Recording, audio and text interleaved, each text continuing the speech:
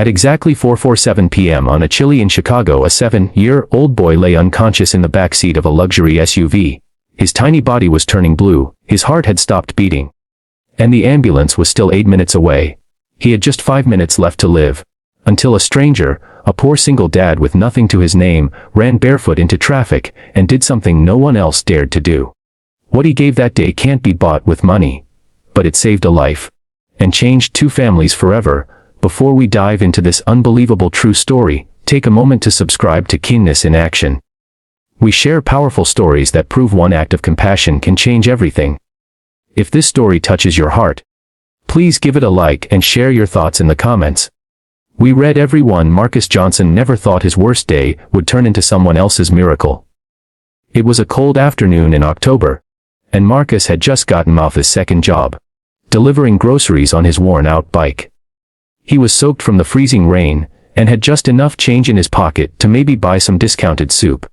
His 5-year-old daughter, Willa, was waiting at home with a neighbor who kindly watched her while Marcus worked double shifts. Marcus was exhausted, broke and worried. Rent was due in 3 days.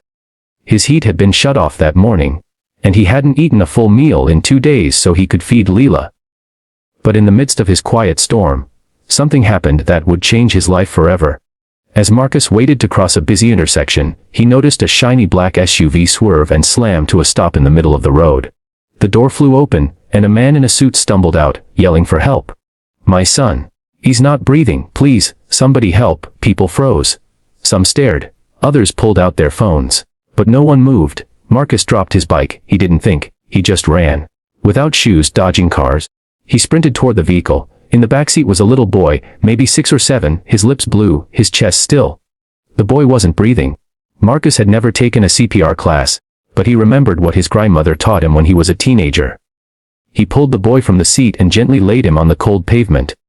The suited man, shaking, cried, "I called 911! They said it'll be 8 minutes. Marcus didn't hesitate.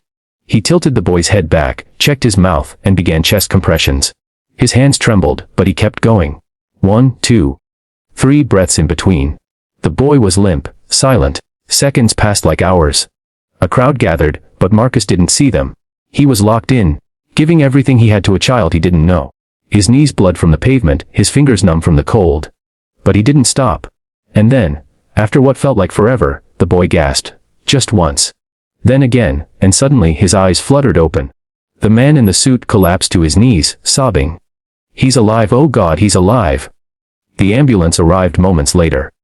Paramedics rushed in, checked the boy's vitals, and confirmed what everyone had just wished. Marcus had brought him back. The man stood, tears still falling, and reached for Marcus. I don't even know your name. You saved my son's life. I'm John Whitmore." That name meant nothing to Marcus. But to half of Chicago, it meant everything. John Whitmore was the CEO of one of the largest tech companies in the state. Worth hundreds of millions, powerful, untouchable, but in that moment, he was just a father. And Marcus, a broke single dad with holes in his shoes, had saved what mattered most to him. The ambulance pulled away, and John looked at Marcus, who was starting to walk away quietly, hoping to get home before Leela got scared. "Wet," John called after him. "Please, let me do something. Anything." Marcus shook his head. "I didn't do it for that." John reached into his pocket, but Marcus stopped him. "Just go take care of your son." And he walked away. But that wasn't the end of the story. 3 days later, Marcus heard a knock at his apartment door. When he opened it, standing there was John Whitmore. This time in jeans and a hoodie, holding a small teddy bear and a paper bag. "I came to return the kindness," he said with a smile. Inside the bag was a week's worth of food. And the teddy bear, for Leela. But more than that, John had found out who Marcus was. He paid his rent 6 months in advance. Bought him a reliable used car. And even set up a scholarship fund for Leela's future. But here's what Marcus remembers most: it wasn't the gifts. It wasn't the money. It was that someone somewhere saw him. Not just as a poor man, not just as a delivery guy, but as a father, who did something heroic with nothing in his hands, but everything in his ears. This story reminds us that kindness doesn't ask about your bank account. It doesn't care what car you drive or where you live. Kindness is in the choices we make. In the courage to act when others freeze, in the heart to give when we have little left to offer.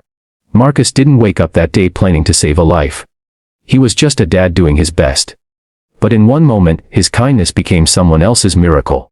So the next time you wonder if what you do matters, remember Marcus. Remember that one small act of bravery can ripple into a lifetime of impact. Kindness is free, but its value, priceless. Thank you for watching. If this story moved you, please like, share, and comment below. And don't forget to subscribe to Kindness in Action for more real stories that prove the world is still full of good people. Just like you.